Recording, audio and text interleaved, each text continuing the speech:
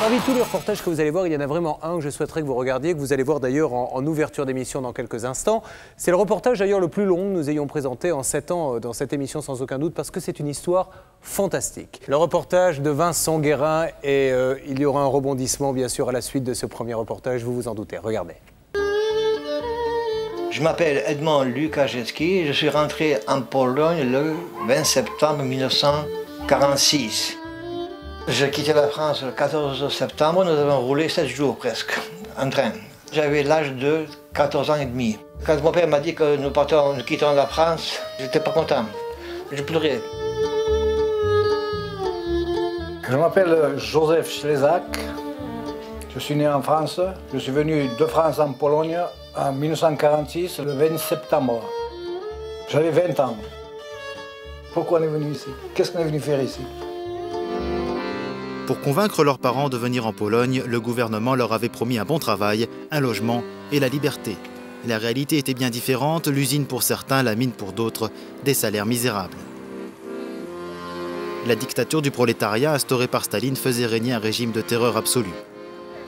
Edmond, Joseph et Bruno avaient à peine 20 ans, leurs espoirs de liberté se sont envolés quelques semaines seulement après leur arrivée en Pologne.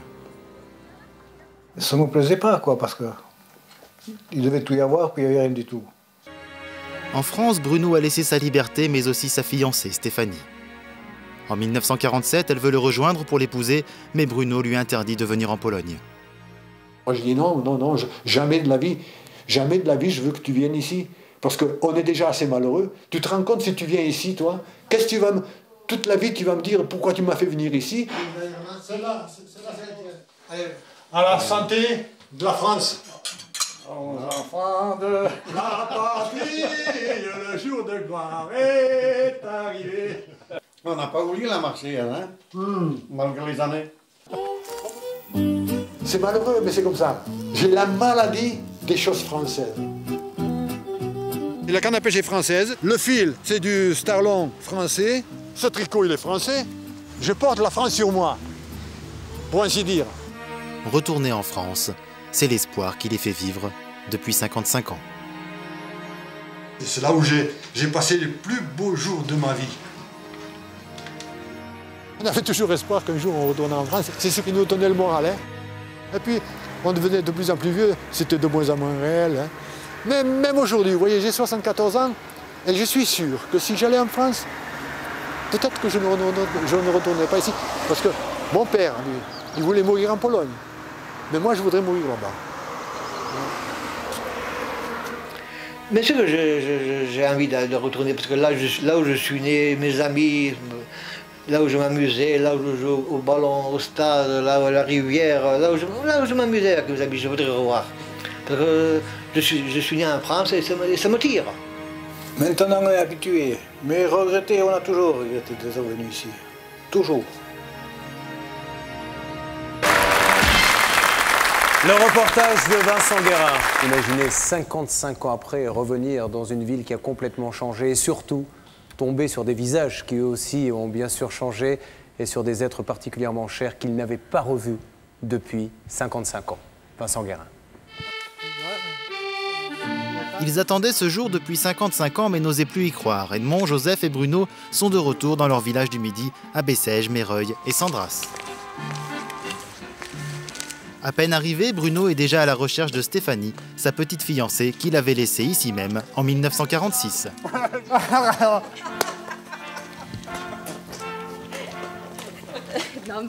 Bonjour Brunek. Ça va? Ça va, Stéphanie, c'est toi, Stéphanie? C'est Stéphanie. Eh bien, c'est bien, ça me fait plaisir, ça me fait plaisir. Quelle jolie femme. Oh, jolie... Je t'ai dit, hein. C'est gentil, mais... Écoute, Stéphanie, dis-moi 2 mots. Alors?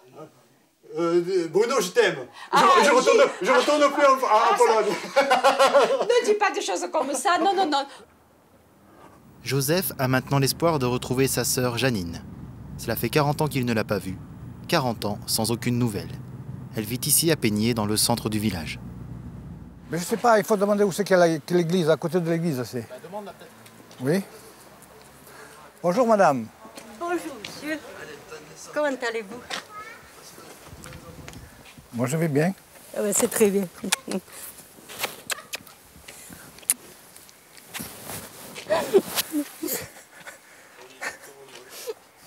C'est tellement émouvant qu'on ne peut pas parler, quoi.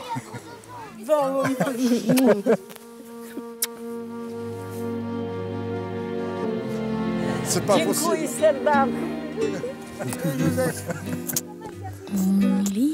La journée s'achève, Edmond, Joseph et Bruno repartent, le cœur chargé de souvenirs. À tous ceux qu'ils ont retrouvés, ils ont fait une promesse. Ils seront de retour avant l'été prochain.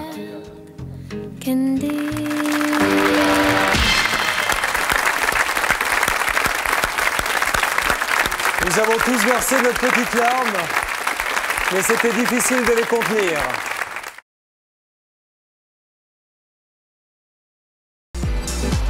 Saint-Pétersbourg en Russie, elles sont des milliers comme Marina, Éléonore ou Natacha à vouloir se marier avec un étranger pour quitter ce pays qu'elles ne supportent plus. Elles sont belles et elles le savent, elles font tourner la tête des hommes qui les rencontrent. Dans chaque agence matrimoniale de la ville, entre 3 et 4 000 dossiers de superbes jeunes femmes, candidates au départ.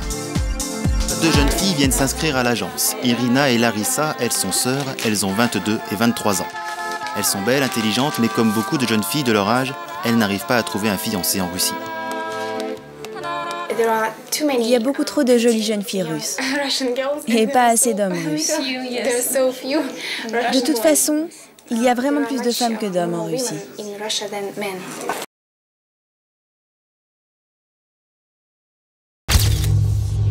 Well, it's a very convivial way of learning French. I don't suppose you will find another one quite like this.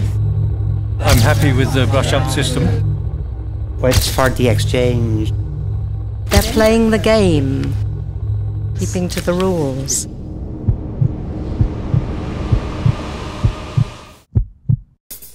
« 8h30 dans un village vacances du sud de la France. Anne se prépare. Dans quelques instants, cette enseignante britannique va donner un cours d'anglais un peu particulier.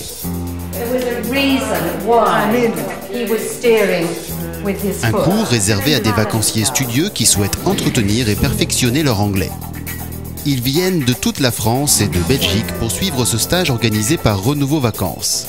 Ce qu'ils recherchent ici, c'est l'échange et la pratique intensive de l'anglais. Justement, dans la salle d'à côté, il n'y a que des anglophones venus, eux, pour apprendre le français. 11h45, pendant que les cours se terminent au bord de la piscine, on prépare les tables pour le déjeuner. Le déjeuner, c'est un moment particulièrement important du brush-up. What happens during the lunch? Right, well, we're going to sit outside today because it's such a lovely day. And what we ask the students to do is to sit next to somebody who speaks the other language. So we've got a French person next to an English person. And to change tables and to change neighbours at every meal. As you see, we have a group here who are following the rules. It's an English day. Come and sit here. It's an English day. Yes. Come and sit. No. Yes. Yes. How are you enjoying your brush-up? Yes. Yes. First one. Yes. Mm-hmm. C'est ça qui est important finalement. C'est cet échange spontané, décontracté entre nous. Et ça, je considère que c'est le jeu principal et le principal atout de brush-up qui est unique finalement sur le plan français actuellement. Les stages brush-up sont aussi l'occasion de découvrir le patrimoine local. Aujourd'hui, bien sûr, cela se passe en français. Dans une maison. Oui. Ça, une gouttière aussi. Gouttière. Comme la gouttière qui descend le long du mur. Cet après-midi, l'équipe de Renouveau Vacances a organisé une visite du village historique de Roquebrune-sur-Argent. Musée, exposition, peinture, l'endroit regorge de surprises. Douce France, cher pays de mon enfance, bercé de tendre insouciance, je t'ai gardé dans mon cœur.